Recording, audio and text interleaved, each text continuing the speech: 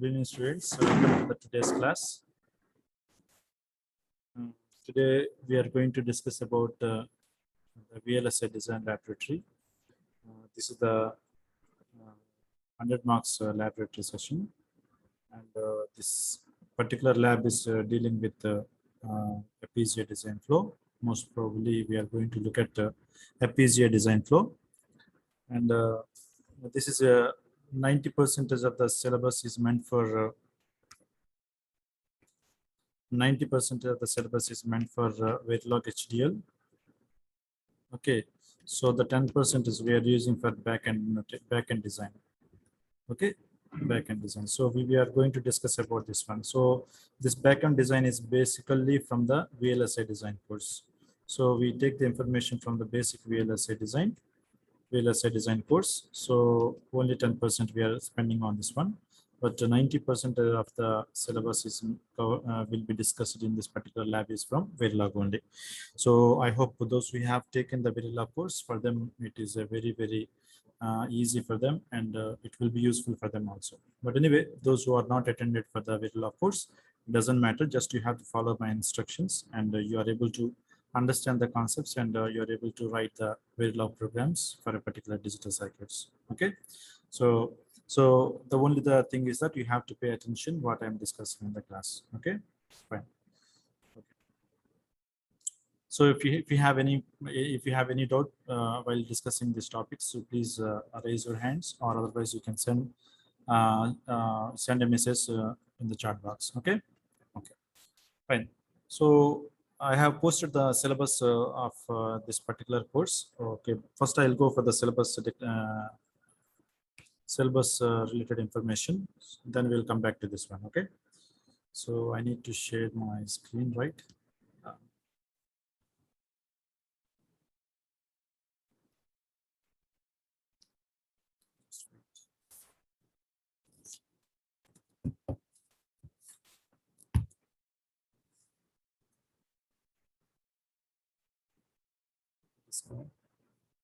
So first of all, I have to go to syllabus.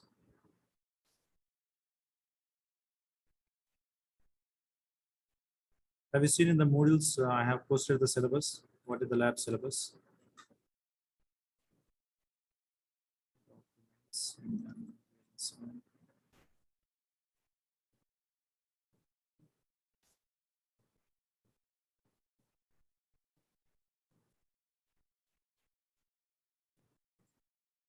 So this is the lab syllabus.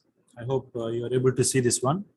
So in this particular lab, we mainly focusing on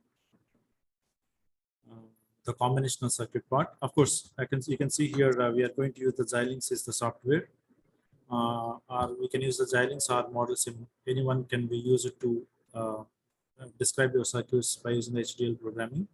That means this language must be needed so that the software can support that particular language. Okay, and the backend notation, we use the Tanner tools, Tanner EDA tools that we are going to use. Okay, so in this particular lab, the first part we focus mainly on combinational circuits, starting from the basic gates, to the ALU, and in the sequential logic, we focus on flip flops to the counters.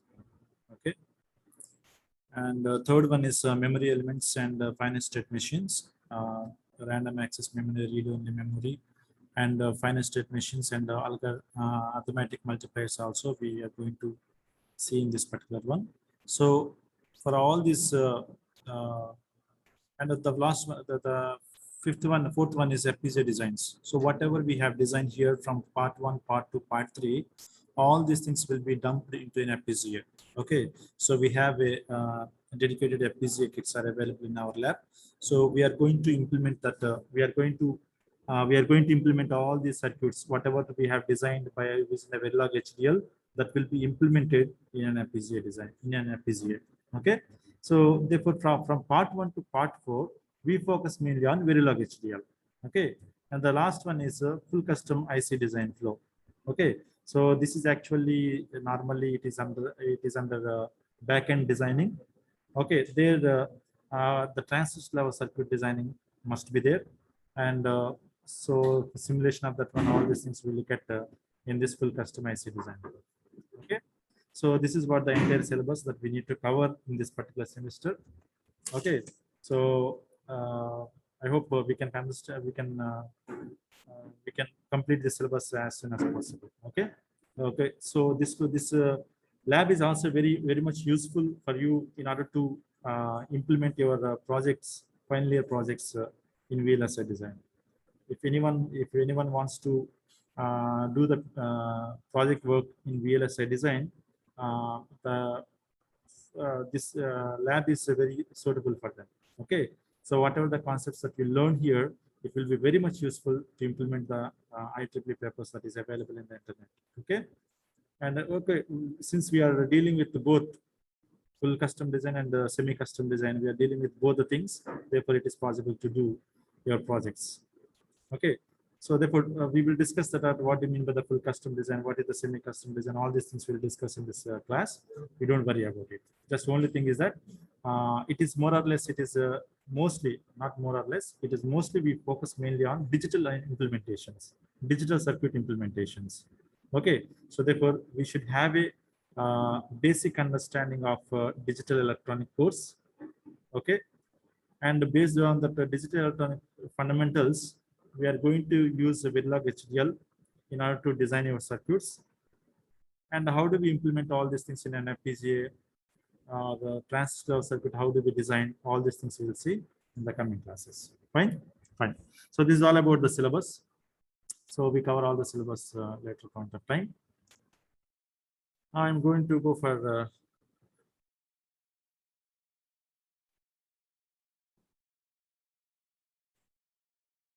one. So, okay. By the way, do you have any idea about Xilinx software? Anyone from the class?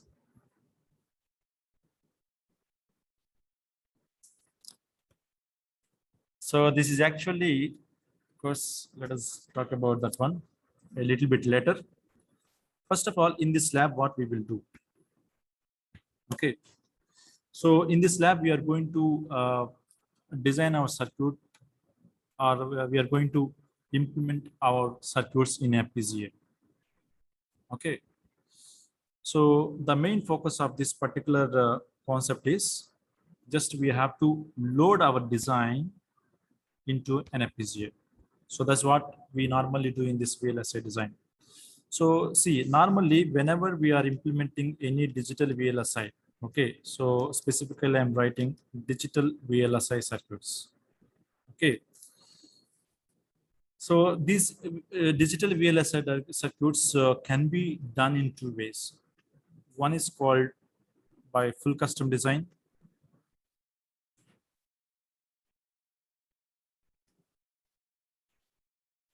The second one is semi-custom design.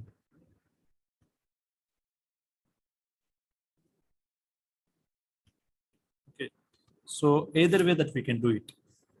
So what do you mean by the full custom design? Usually, normally we will call it as so back-end design. In a semi-custom design, generally, for the time being, just I'm telling you this one, this is a front-end design. Front-end design. So in this back-end design, you have to realize the circuits at the transistor level. It's a very important one. So what is the basic understanding for the back-end design? The circuit must be in the transistor level, with the MOSFET or bipolar junction transistor, whatever it may be. Okay. Whereas in the front-end design, we focus mainly on, that means the lowest level of abstraction should be a gate level circuit. Gate circuit.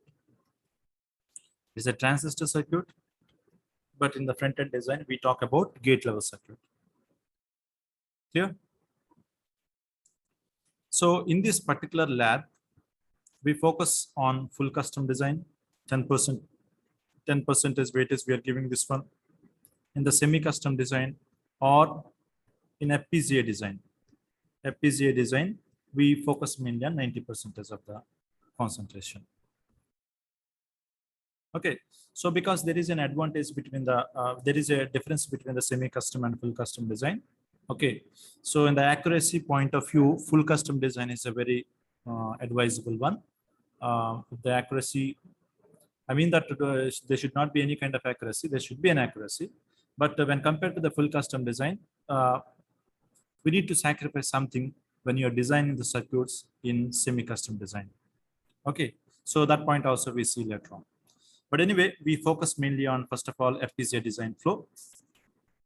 So what do you mean by the FPGA design flow? So whatever the circuit we design,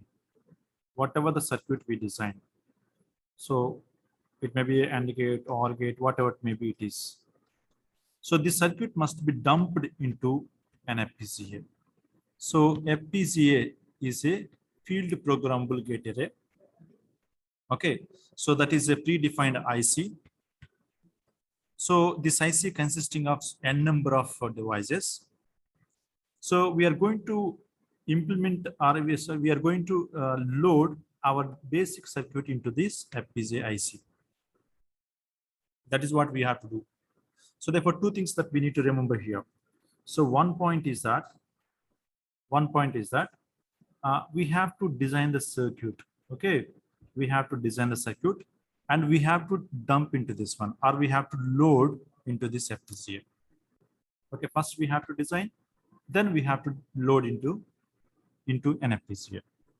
So this is the fundamental idea you have to keep in your mind throughout this course or throughout this lab session. Clear? So how do we design this one? That's the question here. So for this one, we are going to use Verilog HDL for this one. Clear? So therefore, in our syllabus, we are going to see this loading of all these things in the fourth unit, in the fourth part. So from part number 1 to part number 3, we focus on HDL, Verilog HDL. Clear? So this entire thing, okay?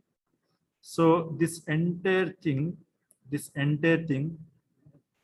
we normally consider it as semi-custom designing, or we can call it as FPGA design flow. Okay, and only the full custom design we'll do in the fifth unit only, fifth part only, we will look at that one.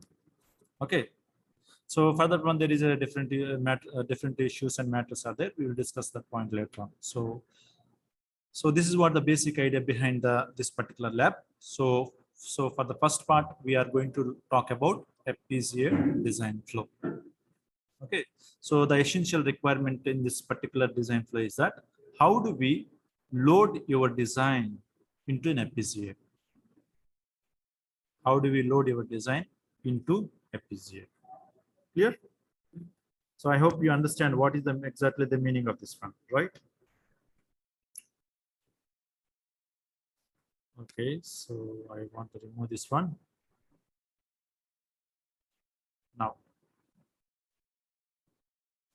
so you may ask the question, sir, what do you mean by the FPGA? Okay, right? So you have, you may ask the question, what do you mean by an FPGA? Somebody asked question. Fine. Okay. So this is what actually the kit containing the FPGA. Okay, so you look at here. Here. So for example, you look at here.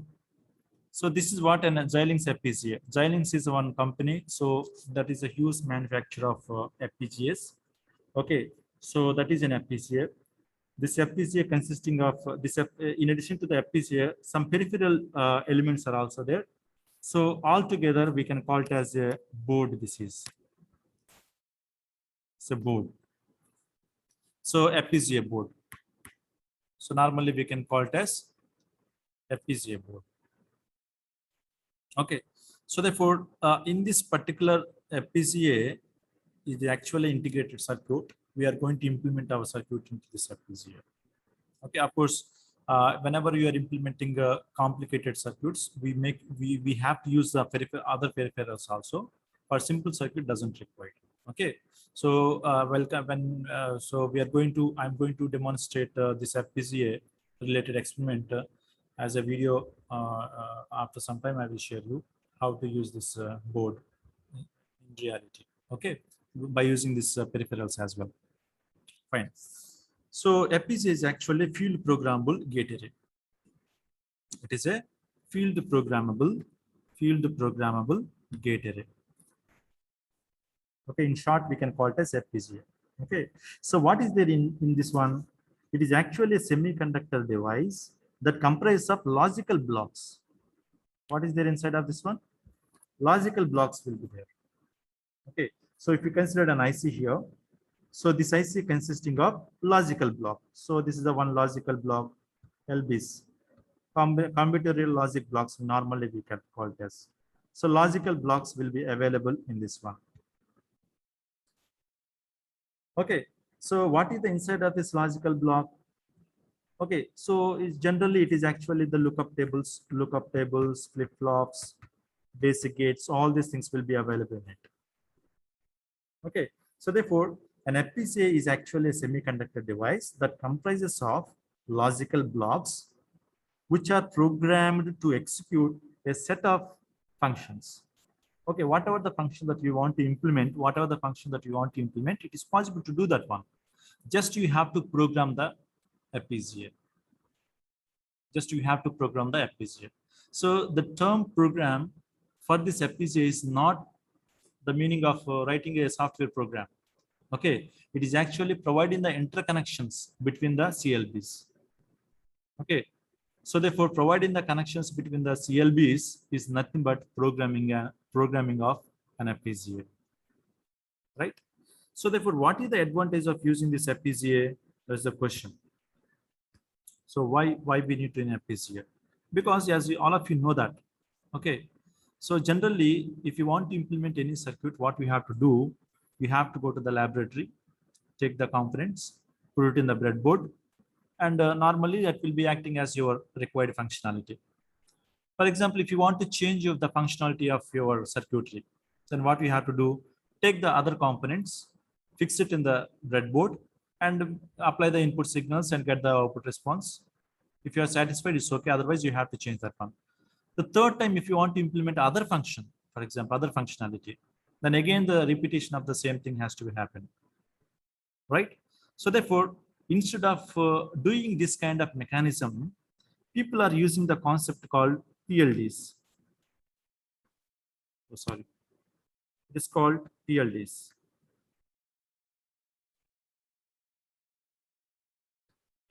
PLDs, programmable logic devices.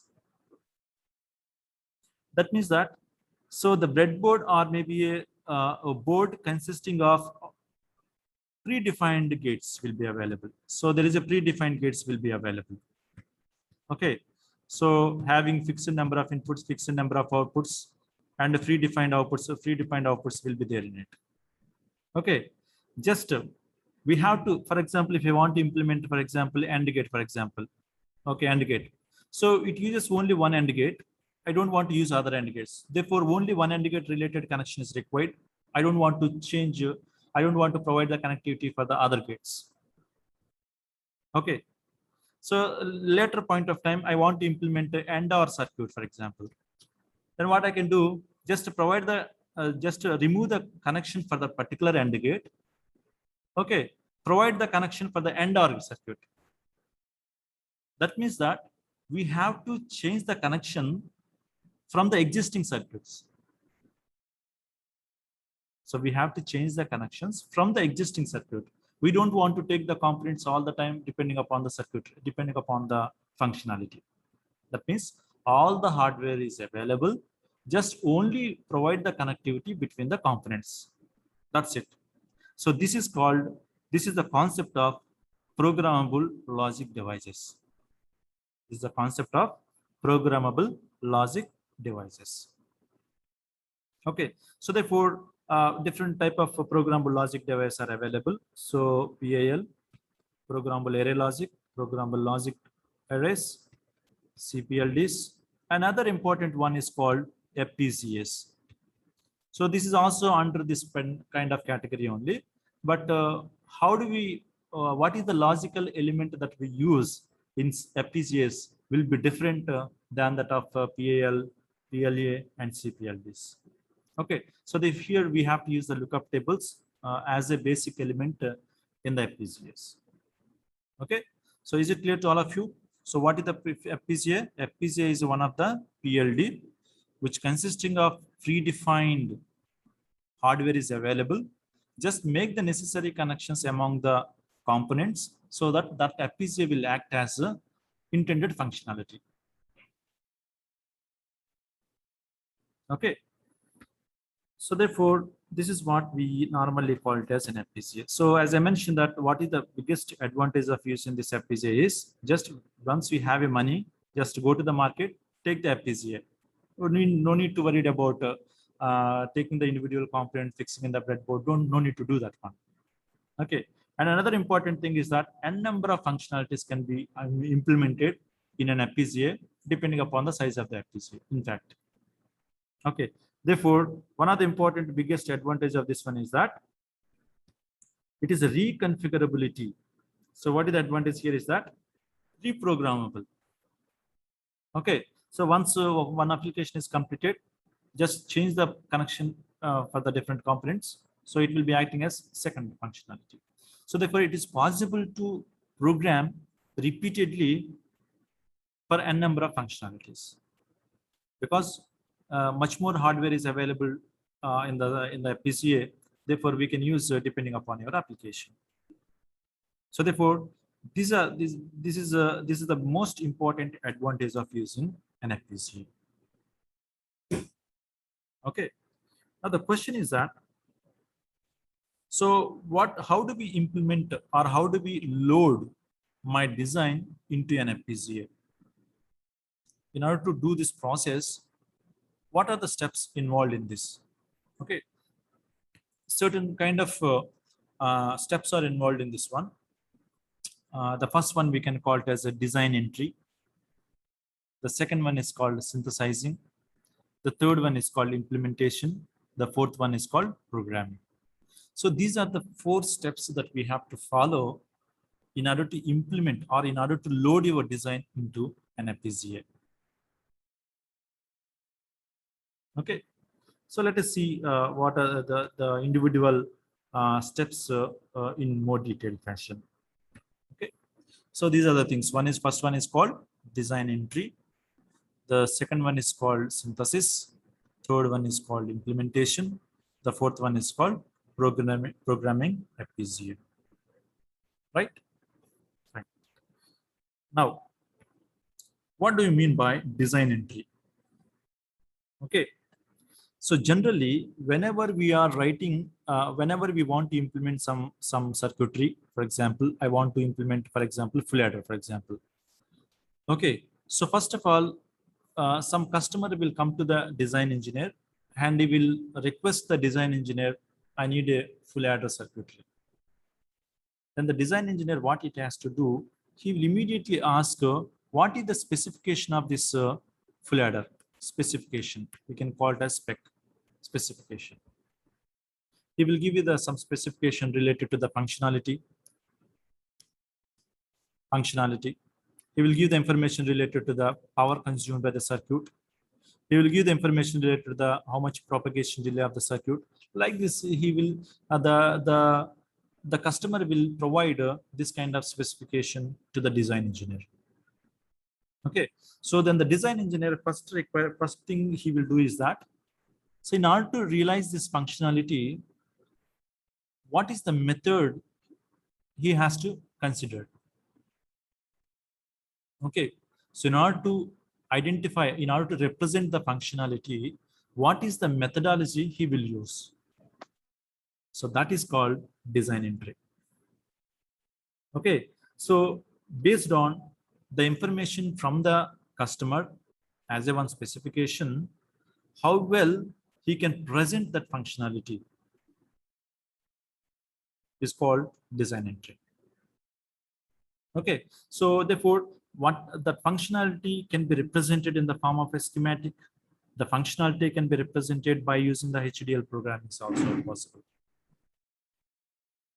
Okay, so the designer has in his mind that whatever the functional specification is there, that functional specification, he will put it by using the schematic or by using HDLs.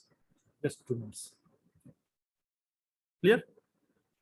So that is what the design entry. So if you want to design any circuit, first thing that the designer will do is that what kind of methodology he wants to he will use in order to represent the specification, either the schematic way or language way.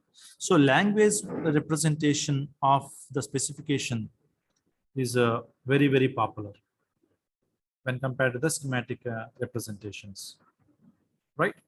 So that is what the discussion is. We are going to use here the designing part or representing the data by using the language. We are going to see almost to the 3 parts that we are going to see in this laboratory. Clear? Now, the second one is what do you mean by synthesis? So once yes, whatever the full adder is there, full adder related information is available in the form of a text or Verilog code. So this is what the design entry that I have done.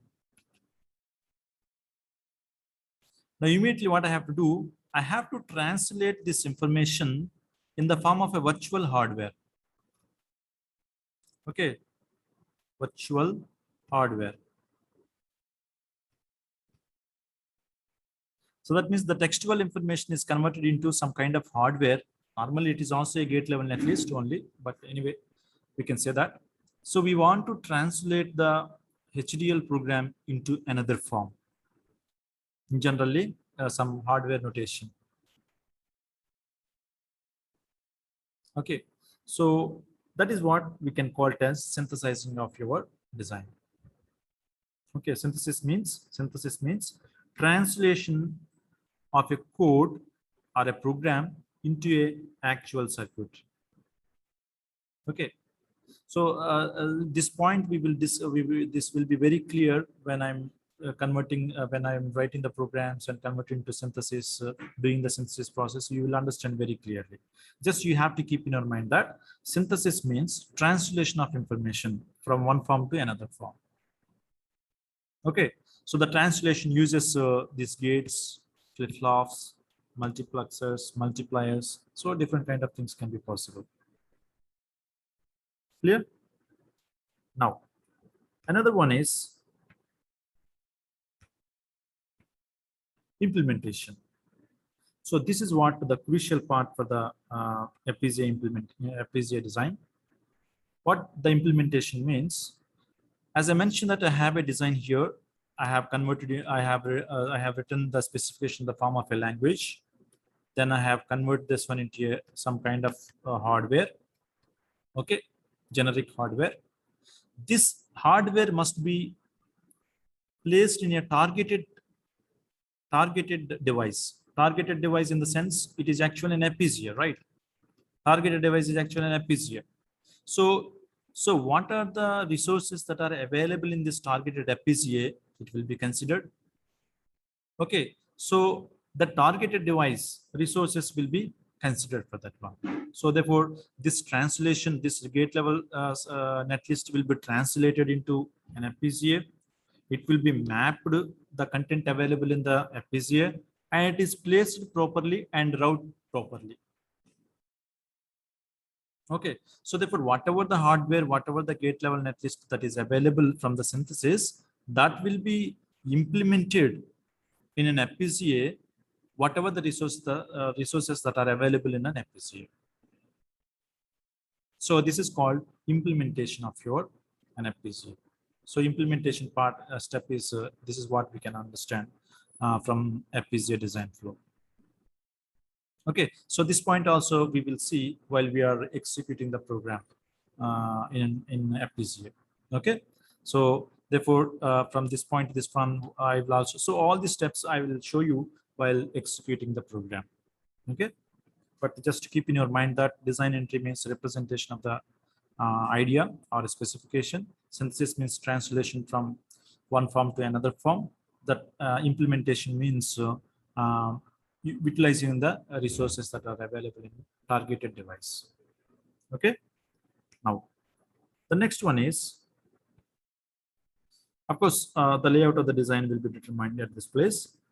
It's not that much important. And the next one is programming the device. So what do you mean by programming a device? So therefore, we have some kind of layout is available here. As I mentioned that actually some kind of layout is available. So this layout is actually will be programmed into an FPGA. Okay. So therefore, the implementation part that we have a prototype of the design is available. So that prototype will be exactly implemented or the exactly programmed in an FPGA with the help of device programming concept.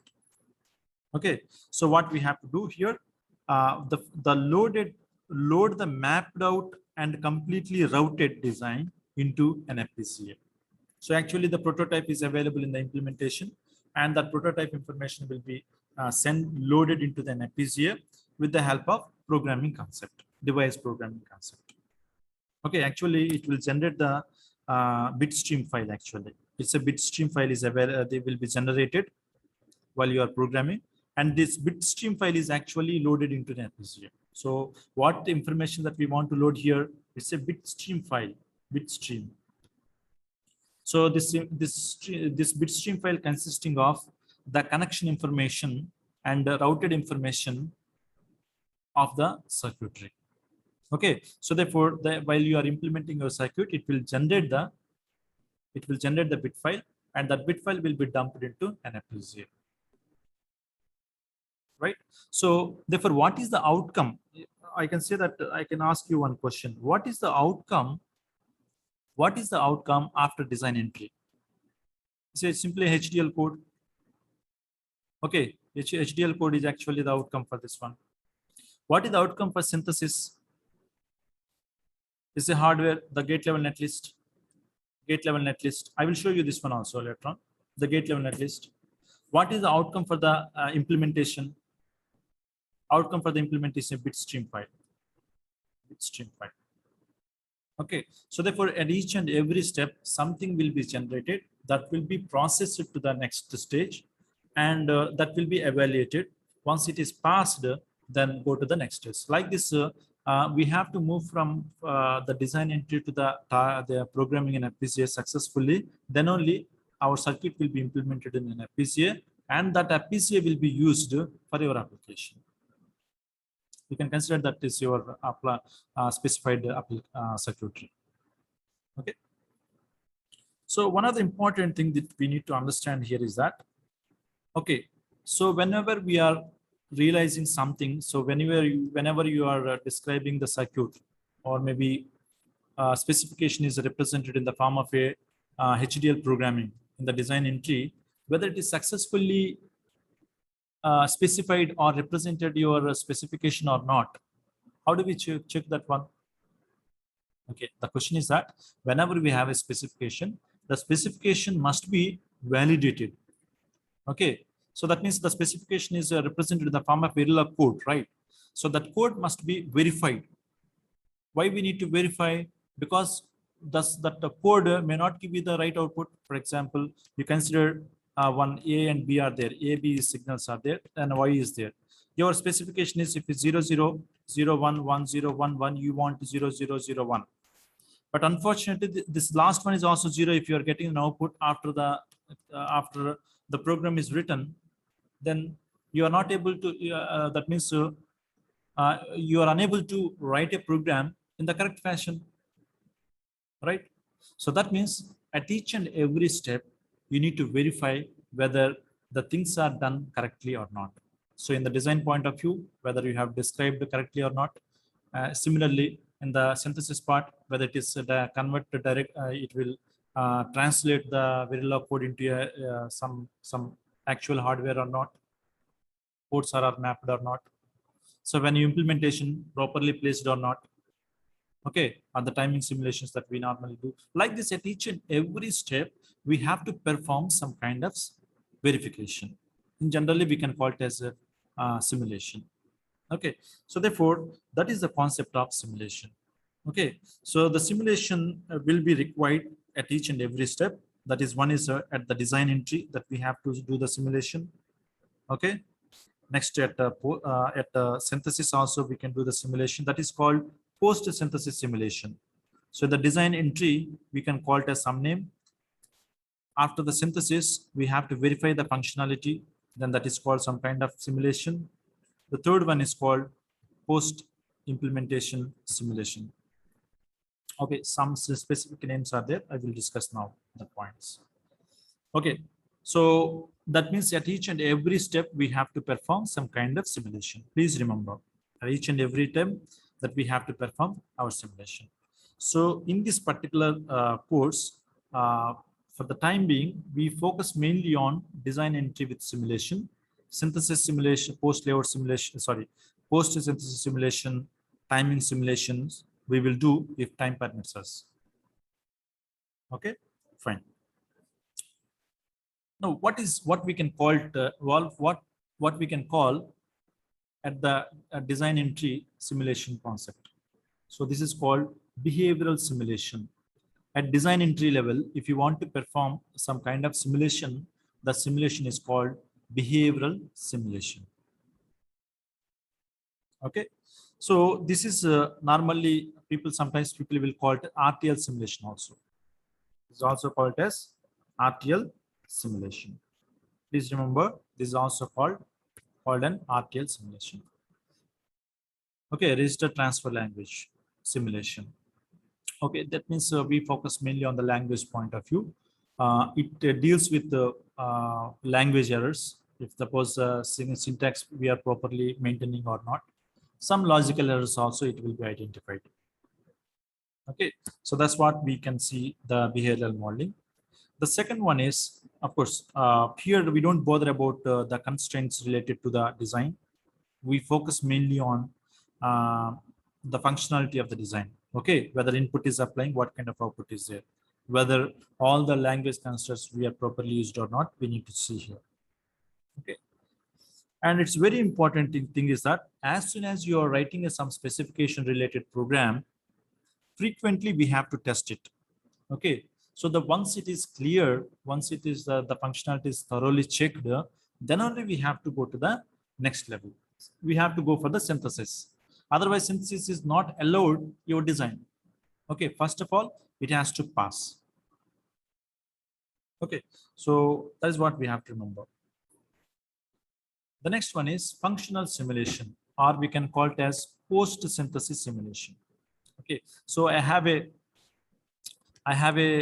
program, HDL program is available here. This is the synthesis tool. So the tool has to generate gate level netlist or generic hardware, or I can consider that generic hardware. Okay, so whether this hardware, this HDL program is properly translated or not will be verified by functional simulation. So what is the name that we can call it as? Functional simulation. The moment if I say that the functional simulation of the circuit, which means that the post-synthesis simulation, we have to do it. Okay. So here we have to do this kind of thing after the synthesis. Okay. And this is also called as net level synthesis. And we don't bother about the timing issues related to the design. So the constraints we put it in this one. That means this much area is required, this much power consumption is required. So some constraints we can give to this our design. Okay, this HDL program will consider these constraints. Sorry, the synthesis tool will take this input HDL program and constraints file, and all together it will produce the gate level netlist. Whether it is meeting the constraint or not, whether it is translating the HDL program directly to the gate level netlist or not, it will be verified by the synthesis tool itself. So this is called functional simulation. The responsibility of the functional simulation is whether the specifications or the constraints are meeting or not, it will be verified. Okay, so the functionality is not the main focus here, is that just whether the translation is performed or not, that will be checked here. And the last one is at implementation, we focus on timing simulation. So the timing simulation means we focus mainly on setup time, hold time, slack, or clock skew. So all these things will be identified in this particular at the implementation stage. So this type of simulation is called timing simulation. Normally we can call it a static timing simulation. We do. This is we have to do at the implementation stage. This is also called post-implementation simulation. So actually it will give you the most accurate picture of your device circuitry. So once the timing simulations, everything is perfectly all right, then you can say then you can say to the customer that yes, whatever the specification that you have given, I have fulfilled each and everything, and that will be finalized, something like that. Okay, so therefore, if you want to have an accurate picture of your circuitry, first you have the finally we have to do timing simulation. Okay, so therefore timing simulation is very important. Normally people will call it as static timing simulation. Static timing analysis we normally call it as. If time permits us, we will tell you that, discuss that point also in the coming laboratory. Okay, so therefore this will be directly implementing in an FPGA, whether whatever the resources that are available in the gate level netlist. So these gate level netlists are directly whatever the FPGA resources are available. So these gates are mapped directly to that one or not, that will be checked properly. So not only the timing information, whether it is directly implemented into those components are taken from the gate level netlist properly or not, it will be checked apart from timing simulation. Okay, so one of the important problem with this timing simulation is take a lot of time. Okay, so if you want to perform the static timing analysis, it takes some amount of the time compared to the functional simulations and all other simulations existed in the FPGA design flow. Clear? So this is what the small discussion about the FPGA design flow. So the summary for this one is, the first one is we have to use the targeted FPGA, targeted device, that is called FPGA. If you want to dump your design into an FPGA, we have to follow 3 steps: design entry. So second one is synthesize your design. The third one is simulate your design. Sorry, implement your design. And the fourth one is program your FPGA. So these are the things that are available. Okay, so how do we do all these things? We will see in this particular lab. Okay, how do we do the design entry? How do we synthesize your design? How do we implement all these things? How do we go for FPGA programming? All these things that we have to see in our laboratory. But thing is that very important thing is that design entry has to be done by the designer. Okay, the designer has to write the program, but synthesizing and implementation and programming FPGA all are automatic. The tools are available, so we have to give the information to the tools. Tool will do all this kind of information. So it can do the synthesizing, it can do the implementation, it can do the programming. So only the part is how do we write a program for a particular digital circuit is very, very important in our lab. Okay, remaining things that give the information to the tool will develop the synthesizer circuit, whether implemented or not, that will be checked. So it will also generate the bitstream file. I hope you have a picturization on this one.